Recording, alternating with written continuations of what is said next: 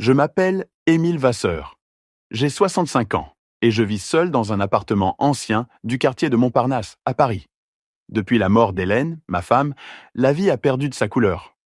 Nos repas partagés, nos promenades le long de la Seine, les discussions sur tout et rien. Tout cela s'est éteint le jour où elle est partie, me laissant avec un silence trop vaste pour un seul homme. Mon fils, Damien, a été ma seule famille proche depuis. Je l'ai soutenu dans tout. Ses études à Lyon, ses dettes, son mariage avec Pauline. J'ai même acheté un petit appartement pour eux à Boulogne-Billancourt, pensant qu'ils y construiraient leur avenir. Cet appartement représentait pour moi la continuité d'Hélène, un geste d'amour paternel, mais aussi un fardeau financier que j'ai accepté sans hésitation.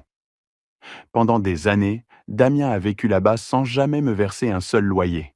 Il disait « Papa, tu sais bien que c'est temporaire.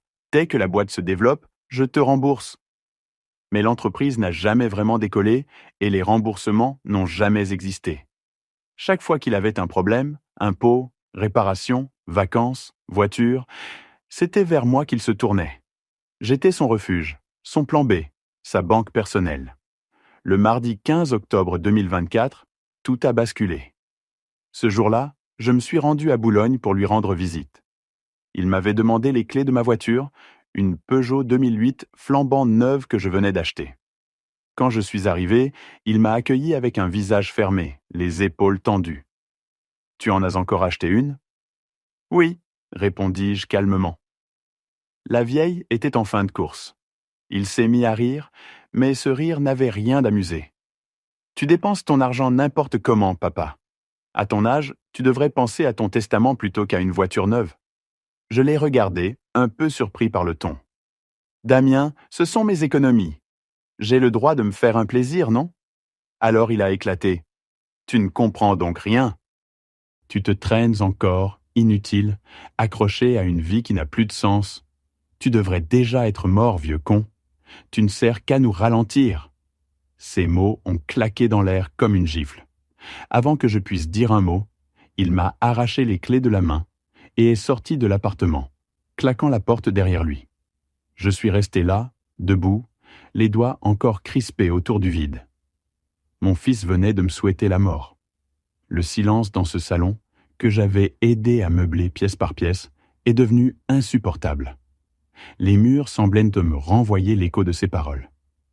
Pendant des heures, je suis resté assis, incapable de bouger. Ce n'est que tard dans la nuit que j'ai pris une décision. Je ne pouvais plus continuer ainsi. Le lendemain, j'ai appelé Richard Lefebvre, mon notaire et vieil ami de confiance. « Richard, j'ai besoin de ton aide. C'est urgent. C'est à propos de Damien. » Il m'a reçu dès le lendemain matin dans son cabinet près de la place Saint-Sulpice. Le bureau sentait le cuir et le café noir. Richard, costume gris impeccable, m'a accueilli avec une poignée de main ferme. « Tu as l'air épuisé, Émile. Qu'est-ce qui se passe ?» Je lui ai raconté tout, chaque mot, chaque phrase violente. Il m'a écouté sans m'interrompre, hochant parfois la tête. Quand j'eus terminé, il soupira. « Je comprends ta douleur, mais tu dois te protéger, Émile. Cet appartement à Boulogne est à ton nom, non ? » ?»« Oui. » »« Alors il est temps de reprendre le contrôle. On va envoyer un commandement de quitter les lieux. Juridiquement, il est simplement occupant sans droit ni titre. Tu n'as rien à te reprocher. » Je hochai lentement la tête. « Je veux que ce soit irréversible, Richard. Plus de négociations, plus de compromis. » »« Très bien. Je vais préparer le dossier et t'expliquer les étapes. » Il prit son stylo et commença à rédiger les documents nécessaires. Pendant qu'il écrivait, il m'expliquait le processus. Le commandement sera envoyé par huissier de justice, avec accusé de réception. Il aura 30 jours pour partir. Passé ce délai, nous demanderons l'expulsion officielle. Puis il ajouta « Connaissant ton fils, je doute qu'il laisse les choses aller jusque-là. Il tentera sûrement de te manipuler ou de négocier. » Je répondis d'un ton sec « Il n'y aura pas de négociation. Cette fois, c'est terminé. » Richard termina la première version du document. Les mots étaient d'une froideur chirurgicale. Commandement de libérer le logement appartenant au propriétaire pour usage personnel. Je lus la formule 3 fois. Elle résonnait comme une sentence. Je signerai tout, Richard. Prépare aussi une autorisation pour que je puisse vendre l'appartement sans délai. Je m'en occupe. Et un conseil. Change les serrures chez toi. Si Damien comprend ce que tu prépares, il pourrait essayer d'intervenir. Tu connais un bon serrurier? Oui, un certain Germain Roux, fiable et discret. Je sortis du cabinet avec une chemise pleine de papier et un plan clair. L'appartement de Boulogne valait environ 210 000 euros. Même vendu à perte, ce serait une leçon que mon fils n'oublierait jamais. En marchant vers le métro Saint-Placide, je ressentis quelque chose que je n'avais pas éprouvé depuis longtemps. Du but, de la force. Pour la première fois depuis la mort d'Hélène, je n'étais plus celui qui subissait. C'était à mon tour d'agir. Le 16 octobre, je reçus un appel de Richard. « Émile, j'aimerais que tu passes au cabinet demain matin. J'ai invité une consoeur, Claire Delorme, une avocate spécialisée en droit immobilier. Elle va nous aider à bétonner la procédure. » Le lendemain, j'étais de retour dans ce même bureau, encore plus déterminé. Claire Delorme, une femme d'une quarantaine d'années, portait des lunettes à monture fine et un tailleur bleu nuit qui trahissait à la fois l'élégance et l'autorité. Sa voix était calme mais tranchante. « Monsieur Vasseur, j'ai étudié attentivement votre dossier. Juridiquement, vous êtes dans votre plein droit. Votre fils n'a aucun titre d'occupation. Nous allons procéder par voie de précaire familial, ce qu'on appelle communément un occupant sans bail. » Elle sortit un dossier épais de sa serviette en cuir. À l'intérieur, un schéma détaillé du processus légal. Elle expliqua: première étape, le commandement de libérer les lieux. En France, le délai raisonnable est de 30 jours à compter de la réception. Passé ce délai, nous saisissons le tribunal judiciaire pour obtenir l'ordonnance d'expulsion. Je pris des notes, chaque mot résonnant comme une promesse de justice. Et s'il refuse de signer la notification? Aucun souci. L'huissier la lui remettra en main propre ou la déposera à son domicile avec constat. Dans tous les cas, il ne pourra pas prétendre ne pas être informé. Claire feuilleta ses papiers avec précision. Nous pouvons aussi invoquer un motif légitime et sérieux, la nécessité personnelle. Vous pouvez déclarer vouloir récupérer le logement pour y vivre vous-même, pour des raisons économiques ou de santé. C'est une stratégie parfaitement légale, souvent utilisée par les propriétaires âgés. Richard hocha la tête, approbateur. « C'est crédible, Émile. Tu pourrais très bien dire que tu veux vendre ta maison de Montparnasse et t'installer dans un logement plus petit, plus adapté. » Je souris faiblement. « Ce n'est même pas un mensonge, Richard. Ma maison est devenue trop grande. Et depuis qu'Hélène est partie, je n'ai plus vraiment de raison de rester dans ces murs pleins de souvenirs. » Claire poursuivit. « Si votre fils s'oppose à la décision, il devra prouver un droit de propriété ou un bail. Ce qui est impossible. Il n'a jamais versé de loyer, jamais signé quoi que ce soit. » Son ton calme me rassurait. Cette femme savait ce qu'elle faisait. Elle ajouta: « Pour être prudent, nous enverrons la notification de 3 façons. Par lettre recommandée avec accusé de réception, par huissier et, en dernier recours, affichée sur la porte du logement. Je signais chaque page des documents. Je veux que tout soit irréversible. Ce le sera, monsieur Vasseur. » Une fois le commandement envoyé, la machine judiciaire ne s'arrête plus. Richard m'apporta un second dossier. Voici aussi le mandat de vente. J'ai contacté 3 agences de confiance à Paris: Imorive Gauche, Paris Invest Premium et Habitat Express. Toutes travaillent avec des investisseurs qui perdent comptant. Claire sortit sa calculatrice. D'après les estimations, le bien vaut entre 205 000 et 215 000 euros. Si on veut une vente rapide, mieux vaut le mettre à 190 000. C'est un prix qui attire les investisseurs. Je n'avais aucune envie de discuter chiffres. Faites comme vous voulez. L'argent n'est pas le but. C'est une question de principe. Elle acquiesça. Je comprends. Et pour information, sur la plus-value réalisée, vous aurez quelques impôts à payer, mais rien de dramatique. L'essentiel, c'est de couper ce lien de dépendance. Je hochai la tête, silencieux. Pour la première fois depuis longtemps, je sentais que les rôles s'inversaient. Ce n'était plus moi qui devais rendre des comptes à Damien. C'était à lui, maintenant, de faire face à ses actes. Le vendredi 18 octobre, un ciel gris planait sur Paris. Je pris le métro jusqu'à la rue de Rennes, où se trouvait le bureau de poste. Dans ma main tremblait le recommandé avec accusé de réception, le commandement de quitter les lieux. La guichetière, une femme âgée aux lunettes épaisses, examina le courrier avec rigueur. « Souhaitez-vous un suivi et une notification de distribution ?»« Oui, les deux. C'est important que tout soit enregistré. » Je payais les frais et rangeais précieusement le reçu dans mon portefeuille. Ce document, cette simple enveloppe, allait changer nos vies à tous les deux. Damien le recevrait le lundi suivant.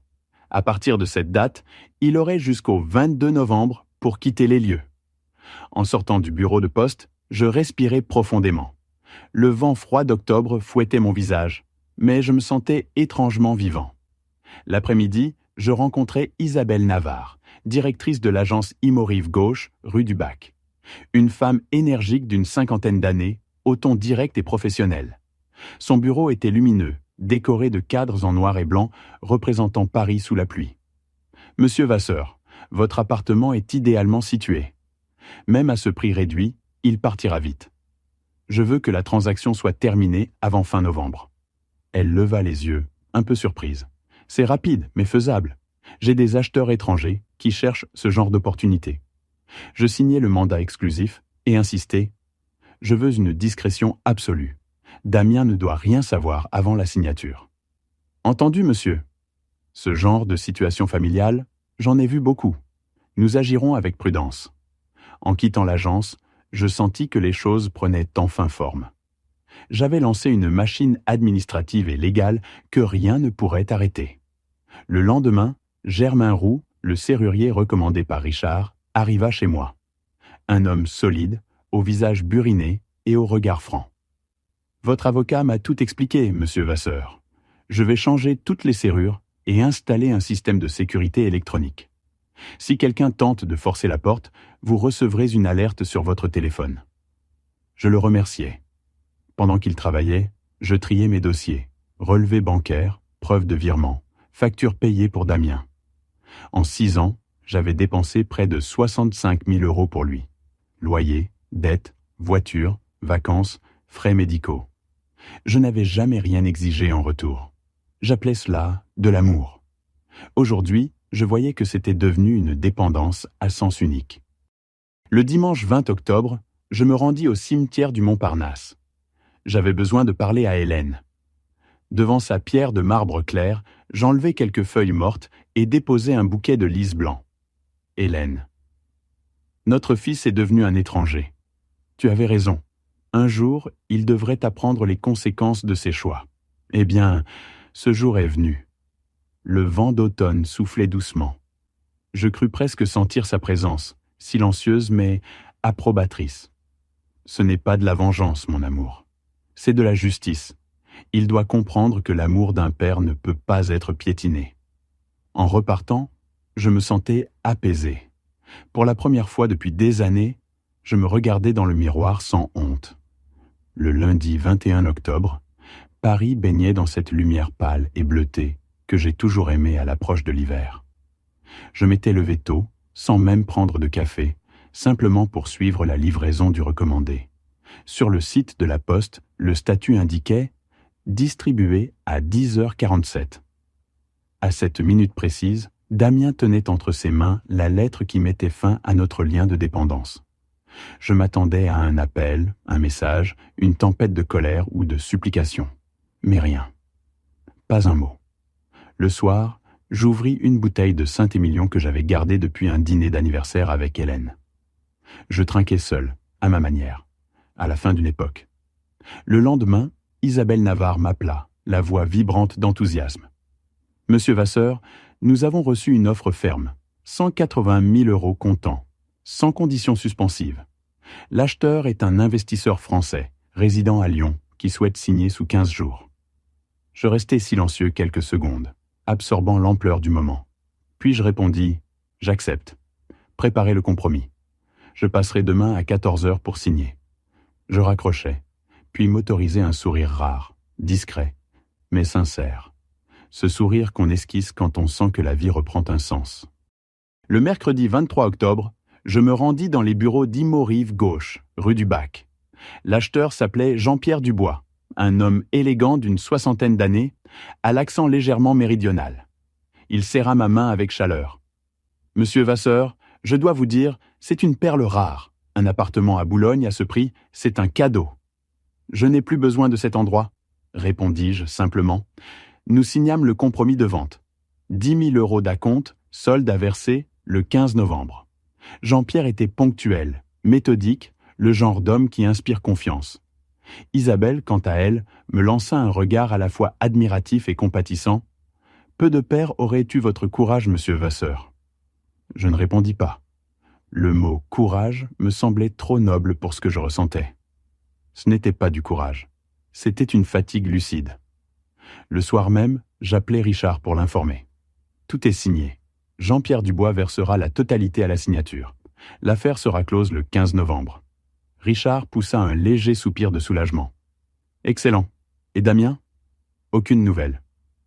Ce silence est inquiétant ou rassurant, selon la façon dont on le regarde. Dans ton cas, je dirais rassurant. Je souris. Peut-être avait-il raison. Peut-être que le silence était enfin la paix. Mais le lendemain matin, vers 9 heures, mon téléphone vibra. L'écran affichait « Appel entrant. Pauline, mobile ». Je savais que ce nom ramènerait la tempête. Sa voix tremblait. « Émile, je vous en supplie, écoutez-moi. Damien est bouleversé. Il dit que vous voulez vendre l'appartement. Ce n'est pas vrai, n'est-ce pas ?» Je fermai les yeux. C'est vrai, Pauline. Le compromis est signé. Il a jusqu'au 15 novembre pour quitter les lieux. Mais vous ne pouvez pas faire ça. Nous n'avons nulle part où aller. Les loyers à Paris sont exorbitants. Il fallait y penser avant de me souhaiter la mort. Un silence lourd s'installa. On n'entendait plus que sa respiration haletante à l'autre bout du fil. Émile, il ne le pensait pas. Il était en colère. Il a bu ce jour-là. Il ne voulait pas dire ça.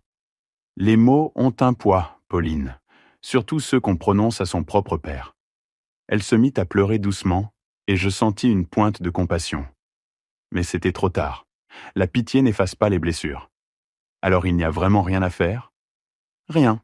L'acte est signé, et le processus est irréversible. Je raccrochais. Je n'avais pas le cœur léger, mais je savais que c'était juste. Quelques jours plus tard, le 26 octobre, je pris le train pour Chartres, où vivait ma sœur aînée, Anne-Marie Vasseur. Nous ne nous étions pas vus depuis presque 1 an.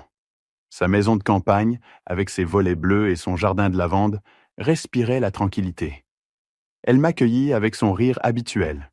« Émile, mon petit frère, je t'ai fait une tarte aux pommes, comme quand tu étais gamin. » Pendant le déjeuner, je lui racontais tout, sans rien omettre. Anne-Marie m'écoutait en silence, les mains croisées devant elle. Quand j'eus fini, elle dit simplement « Tu as fait ce que j'aurais fait, peut-être même ce qu'Hélène aurait voulu. Tu as toujours confondu amour et devoir. Ce garçon t'a dévoré lentement, sans même s'en rendre compte. » Ces mots me frappèrent comme une vérité que je n'osais pas formuler. Hélène me disait souvent « Damien finira par croire que ton amour est inépuisable. Et ce jour-là, il te blessera sans même comprendre pourquoi. » Elle avait vu juste. Anne-Marie posa sa main sur la mienne. « Tu sais, Émile, il y a des limites qu'un parent doit poser, même tard. Il vaut mieux perdre un fils ingrat que se perdre soi-même. » Je passai la nuit dans la chambre d'amis, regardant les étoiles par la fenêtre. Une paix nouvelle m'enveloppa lentement, comme un manteau chaud. Le lundi 28 octobre, le téléphone sonna à 10h30. Le nom s'afficha, Damien. Mon cœur fit un bond, mais ma main resta immobile quelques secondes avant d'accepter l'appel. « Papa ?»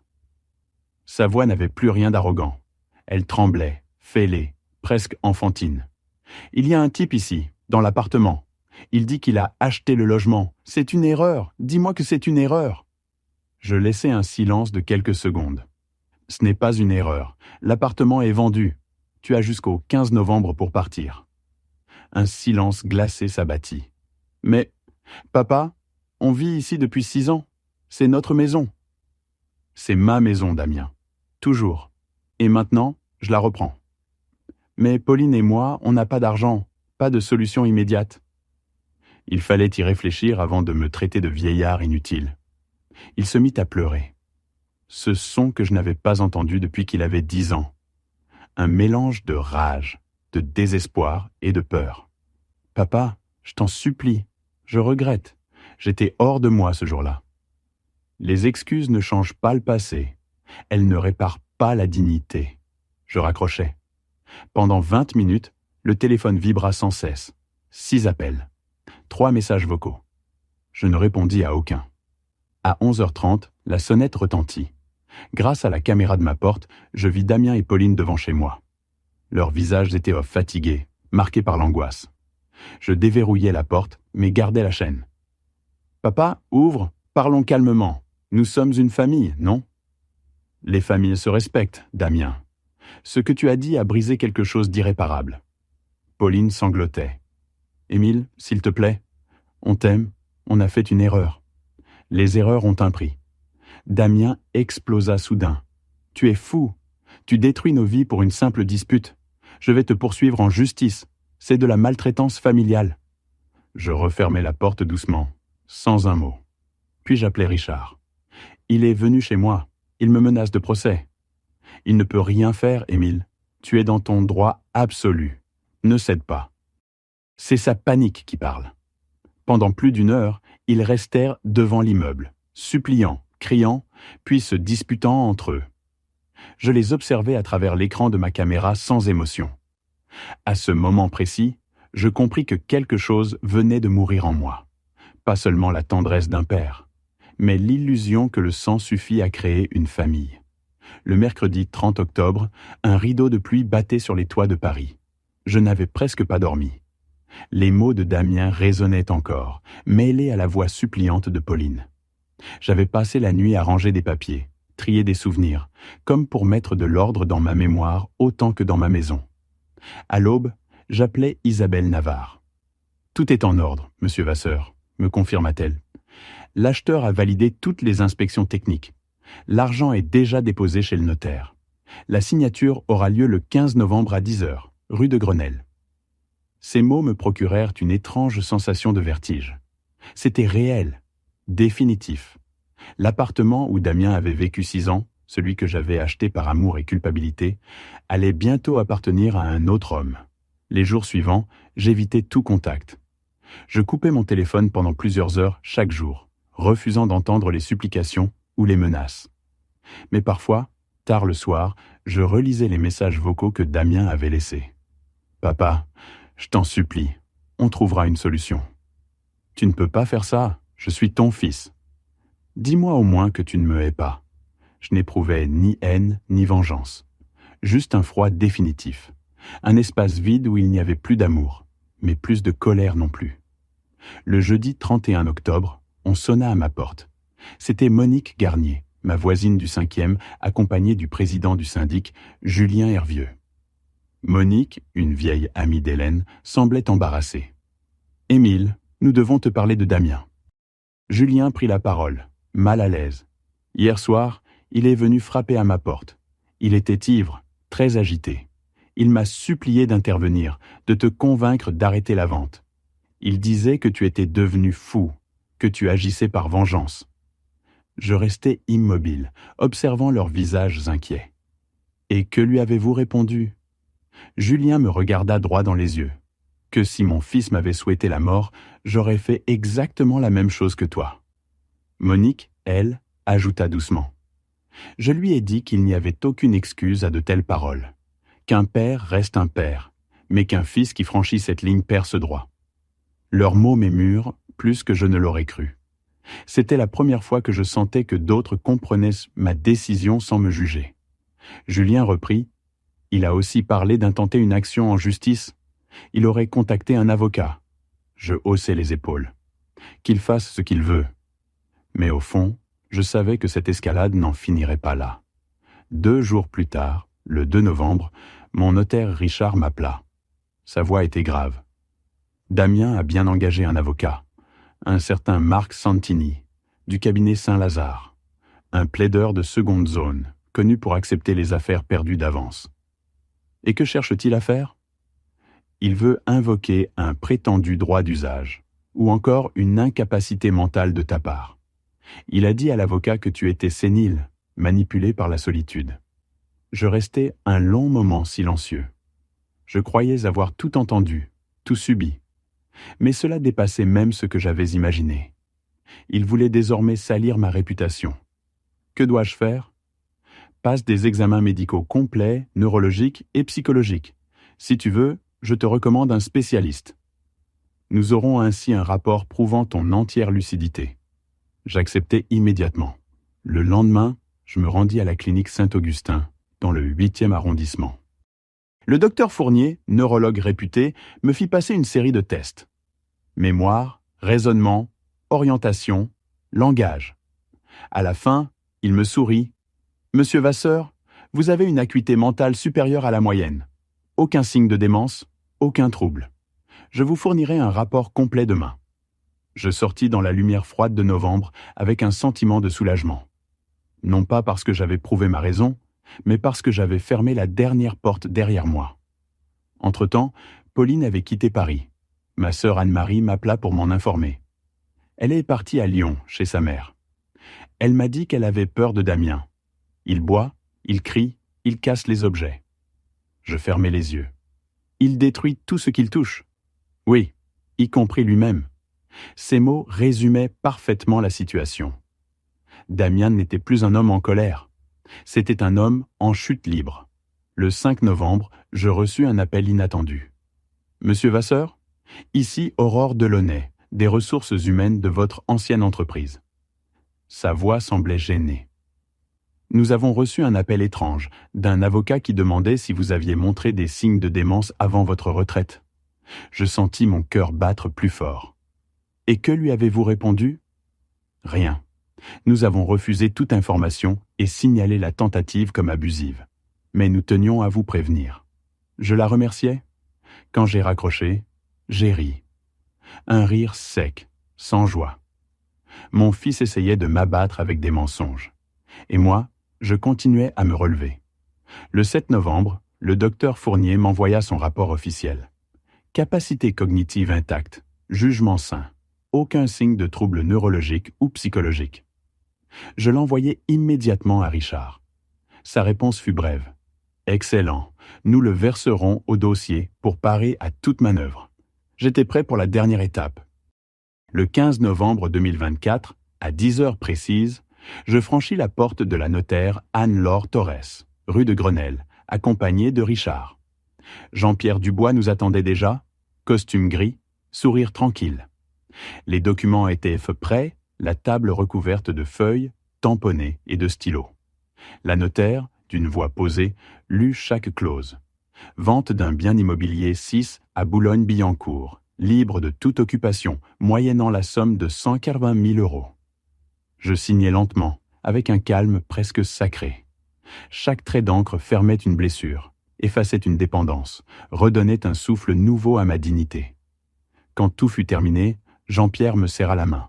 « Monsieur Vasseur, je vous souhaite une belle nouvelle vie. » Je sortis du bureau notarial, respirant profondément l'air froid. Le ciel était d'un bleu tranchant, pur, presque cruel. Je sentis une légèreté que je n'avais pas connue depuis la mort d'Hélène. Le soir même, j'appris par Monique que Damien s'était présenté dans l'immeuble, ivre, hurlant que l'appartement lui appartenait encore. Le portier avait dû appeler la police. Les agents l'avaient le calmé, puis escorté dehors sans ménagement. Avant de partir, il aurait crié « Ce n'est pas fini, je récupérerai ce qui est à moi !» Mais il n'avait plus rien à récupérer, ni appartement, ni épouse, ni père. Le 16 novembre, je quittai Paris. J'avais vendu aussi ma maison de Montparnasse et acheté un petit appartement à Bordeaux, près des quais de la Garonne. Une ville calme, baignée de lumière, où les passants saluent encore leurs voisins. Anne-Marie était venue m'aider à m'installer. Elle avait apporté une bouteille de vin local et une tarte aux prunes. « À ta nouvelle vie, Émile. » Nous avons trinqué sur ma terrasse, face au toit clair de la vieille ville. Hélène serait fière de toi, tu sais. Elle me l'avait dit un jour. Ton seul défaut, c'est d'être trop bon. Mais parfois, même la bonté a besoin de dire stop. Je souris. Je levai mon verre vers le ciel, comme pour saluer Hélène à travers le temps. Les semaines qui suivirent furent silencieuses, douces, presque irréelles. je redécouvris des choses simples. Le marché du samedi, les livres lus sans interruption, le café en terrasse avec le journal. Je marchais souvent le long de la Garonne, observant les reflets dorés du soleil sur l'eau. Et chaque fois, je pensais, il n'y a pas d'âge pour se libérer. Il n'y a pas d'âge pour se respecter. Damien, lui, n'a plus jamais appelé. Parfois, un ami commun m'envoie un message. Il aurait quitté Paris, trouvé un petit emploi précaire dans une autre ville. Je n'éprouve ni joie ni tristesse, seulement une forme de sérénité distante. Aujourd'hui, à 66 ans, je vis seul, mais en paix. J'ai appris que l'amour, quand il devient servitude, n'est plus de l'amour, et qu'un père a le droit, non, le devoir, de se faire respecter, même par celui qui l'a mis au monde. Sous la lumière dorée des quais de Bordeaux, je me sens enfin libre. Libre de toute culpabilité, libre d'avoir choisi ma dignité plutôt que l'illusion d'un lien brisé.